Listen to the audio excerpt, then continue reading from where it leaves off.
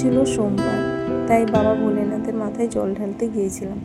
কোথায় গিয়েছিলাম, কার সাথে গিয়েছিলাম, সবটাই তোমাদেরকে এই ব্লগেই জানাবো। তোমরা ব্লগটা দেখতে থাকো। তো হ্যালো এভরিওয়ান, আমি রিয়া। আমার নতুন ব্লগে তোমাদেরকে আরও একবার ওয়েলকাম। সো তোমরা কে কোথা থেকে আমার ভিডিও দেখছো আমাকে কমেন্টে জানাইও। আমার পাশে থেকো, আমিও তোমাদের পাশে থাকবো। তোমরা সবাই কেমন আছো? আমিও তো খুব ভালো আছি।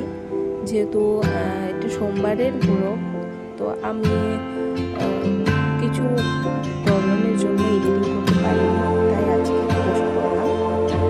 তো আমরা গেছিলাম পুজো দিতে। আগে বাড়ির পুজো করে নিয়েছি, বাড়ির পুজো করে তারপরে গেছিলাম আমার আর পাশের বাড়ি দিদি লাগে ওদের বাড়িতে পুজো দিতে। আমি আর আমার যা গেছিলাম, সেদিন আমরা ফাস্টিং ছিলাম। কে কে তোমরা বাবা ভোলেনাথ মাথায় জল ঢেলেছো আমাকে কমেন্টে জানিও। তো আমরা এদিকে পূজা করে তারপরে গেছিলাম আর এক জায়গায় জল ঢালতে। সেখানে অনেক ভিড় ছিল, যেহেতু এখন শ্রাবণ মাস, সবাই বাবা ভোলেনাথের মাথায় জল ঢালে, তারপরে বোলবম যায়, বোলবমে বেশিরভাগ যায়, তার জন্য ওই জায়গাটাতে অনেক ভিড় হয়। আমরা গেছিলাম, খুব ভালো লাগছে, কারণ আমি প্রতি বছর শ্রাবণ মাসে সোমবারটা করি। তারপর তো শিবরাত্রি আছে, কেন জানি না আমার পূজা করতে খুব ভালো লাগে। সো আমরা এদিকে পূজা করে বেরিয়ে পড়ছিলাম।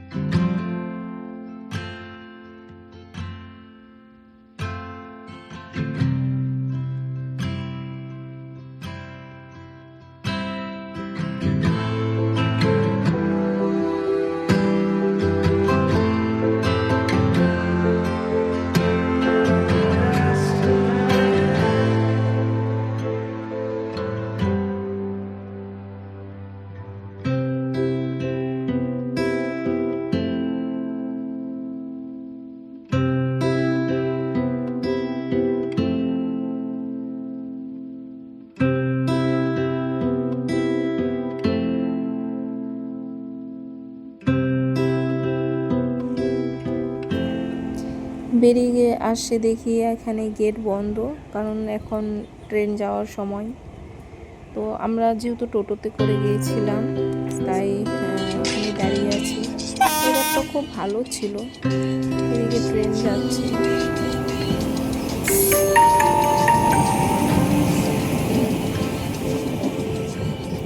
আসলে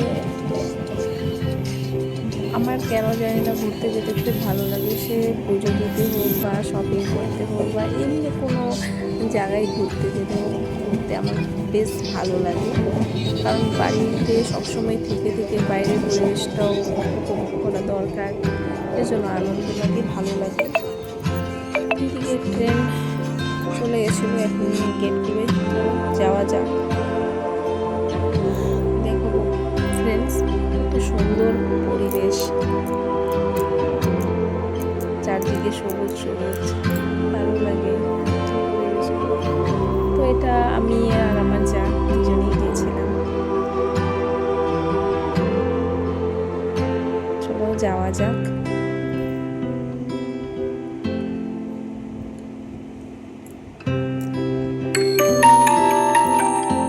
এই যে দেখো কত বড় লাইন, যেহেতু এটা আমাদের কালীবাড়ি, এখানে অনেক জায়গা থেকে অনেক মানুষ আসে,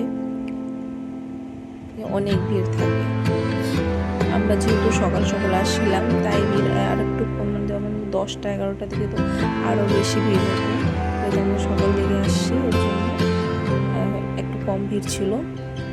তো আমি এখানে বাবা ভোলেনাথের মাথায় জল ঢেলে নিচ্ছি, পুজো দিয়ে দিচ্ছি।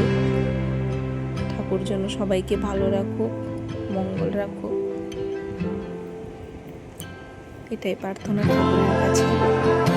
আমরা প্রতি বছর এভাবে পুজো দিতে পারি। এদিকে পুজো দেওয়া হয়ে গেলে মা কালীর কাছে যাবো, ওখানে পুজো দেবো।